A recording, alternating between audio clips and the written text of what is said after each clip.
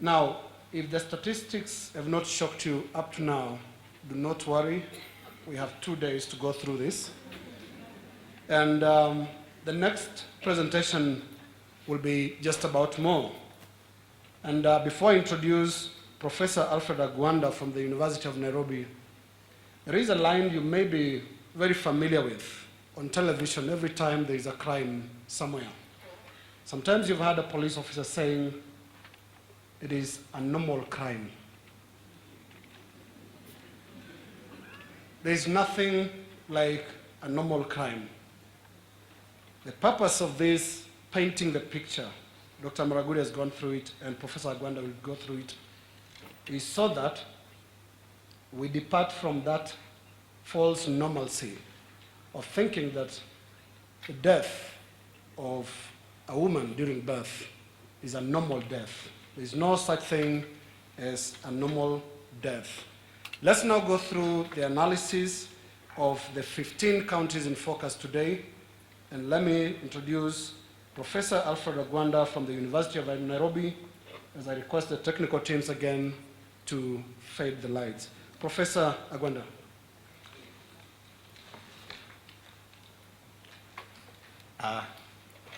Our chief guest, Her Excellency, Mama Margaret Kenyatta, the Cabinet Secretary for Health, the Principal Secretary for Health, the governors present here, the ambassadors, ladies and gentlemen. Much of what I'll say, people have talked about. But we know that maternal death has been a focal point for a long time, but mainly from professionals. I want to just ask you, if you had 22 Boeing 747 crashing in a year, what would you think? Or for those who live in Kenya, if 150 matatus, 50-seater matatus died, crashed in a year and killed all the people, what would be our reaction? So begin, it's not just the 6,000. Look at it from what we see, and because we don't see that. We have mentioned that this death can be preventable. Let me just highlight where we are. We are around 400 deaths for every 100,000 live births, but we are very far from our targets. Look at the target from the health policy, 170 by 2012. The MDG target that by 2015, next year, that there should only be 147 deaths per 100,000 live births. And the Vision 20 target of 130, are we going to achieve this? I say we can, if we are committed. But compare that target with what happens in Sweden, where there are only 3 deaths for every 100,000 live births. That is where we should aim to. Now, this was a study based on deaths in the households. I first start with the deaths before I go to what we statisticians do, that every death counts. But prior to the survey, or prior to the survey, there were 2,136 deaths that occurred in the maternal deaths, not just maternal deaths in the household. That what happens in Mandera, Wajir, Nairobi are actually unacceptable. That Mandela accounting for nearly 40% of deaths is actually unacceptable. So now, because of the different population sizes, the different birth rates and so on, we like to have kind by standardizing. So we computed what we call maternal mortality ratio, which is the number of deaths per 100,000 live births, to look at the risk, what we call obstetric risk, those deaths in relation to the live births. Again, you see Mandera, Wajir, and Turkana. They are actually unacceptable. And I think this, for the first time, we are having such high number of maternal mortality ratio ever recorded. Women do not want to be seen by male providers. Okay, so if they're only male providers, they'd rather go stay home and deliver under TBA. Some believe that that placenta must be buried at the home where the child is.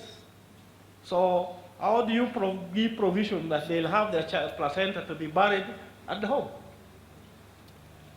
There may be facility factors. Distance, which was mentioned by Dr. Bass. Operating hours. Some of the facilities, the workload and so on, so they only operate 5 days in a week, maybe up to 5 and so on. Attitude, some say the providers harass them, so we go to the TBA who treats us well, so the TBA pampers them and so on. So there are factors which we need to look at. So finally, let's look at the challenges. We have approximately about 1.7 million deliveries every year. If all women deliver in those facilities, if all women deliver in facilities, can we cope? Only 35% of facilities offer maternity services, and only 34% provide newborn care services. So even if they would want to deliver in the facilities, there's no space. So we need to think about space. Out of the 1.7 million deliveries, nearly 300 are likely to require emergency services. So out of just the coverage, we need to think about the multi-sectoral approach, road network, geographical access. Fine, the facility may be near, but it is too muddy, they can't reach. The infrastructure, electricity, running water, essential commodities, Dr. Ari mentioned one, magnesium sulfate, etc. and etc. Staff training, and when you go to some of these counties, the staff who are being trained to manage essential care may be fewer than expected. Workload. So some of the providers say that there are too many, the workload. So how do I address these challenges? Okay, we just need to add that apart from what the previous speakers have said,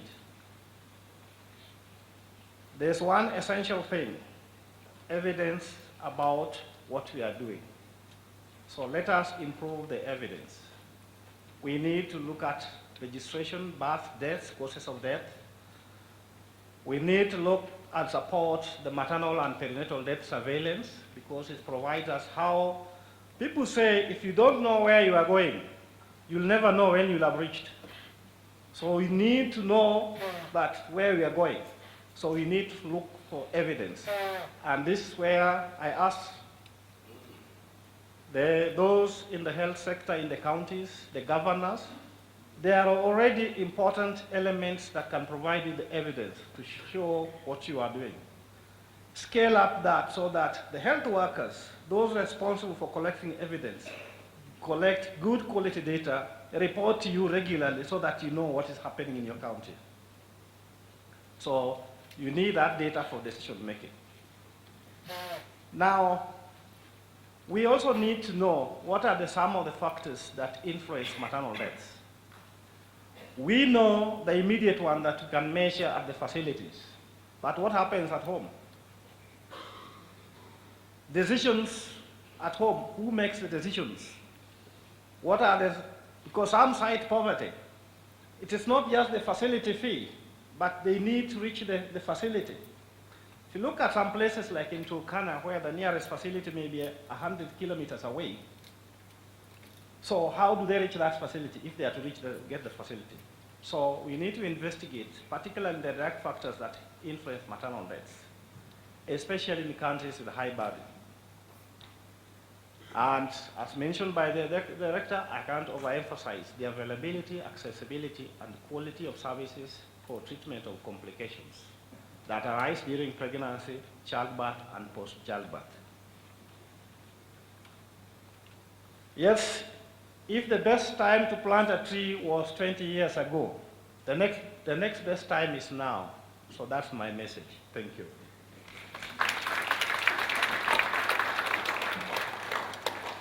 Thank you.